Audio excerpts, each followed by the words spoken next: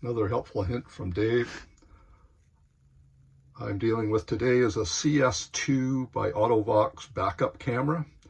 I had this camera installed on my 2011 pickup truck. I sold the truck and bought a new one, and it already has a backup camera. So I decided to install the camera on the back of my trailer, my travel trailer. And here I can show you how I did the install. Pretty simple.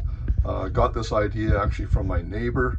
He said just use the 12-volt source that's for your fan. I have a fan in the bathroom for a vent, and it's a great source. It's a full-time source of 12 volts. So I just cut into the wires and added that. You can see the camera at the back of my trailer, and then the box that sits on top of the vent.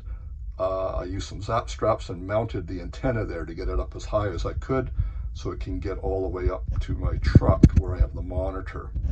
Anyways, pulled it out of my old truck, went to install it in my travel trailer, and darn thing wouldn't work.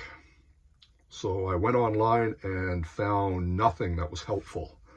Auto-Vox does have a support page, and it wasn't very much help at all, but they do have an email that you can email questions. So I emailed them a question, and what I got was this picture that you're seeing right now. I wish they had this on their website. It would answer an awful lot of questions, because you're looking at these things and you don't know what the heck they do and how they work.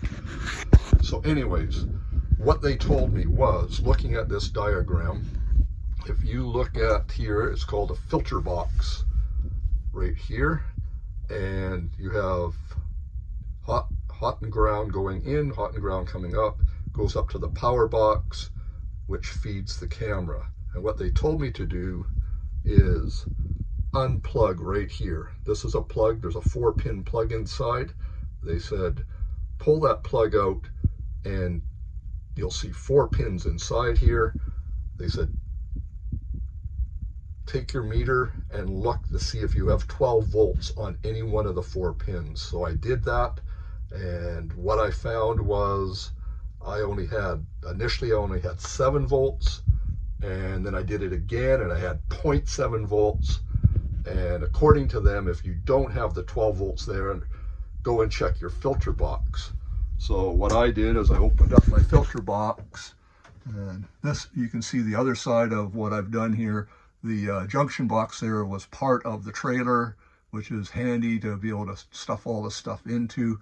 The PC board you see here, that's what's inside your filter box with a capacitor and so on, a coil. And you've got the ground and hot coming in and the ground and hot going out.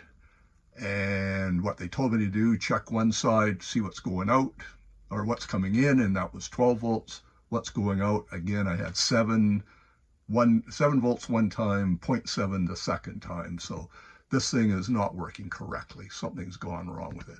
Asked them, okay, send me a new filter box. And I got the response this morning, and it was, you don't need the filter box. The filter box is only there for German-made cars. For some reason, they need to have a filter box on it. I'm dealing with an F350.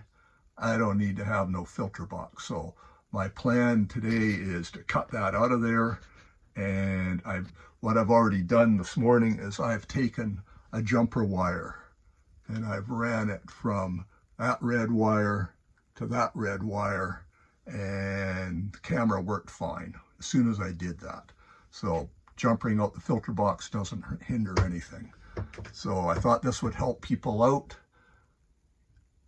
give them some information that isn't readily available on the internet. You can get this information from Auto-Vox, but again, it's emailing back and forth, back and forth. Hope this helps you out. Have a good day.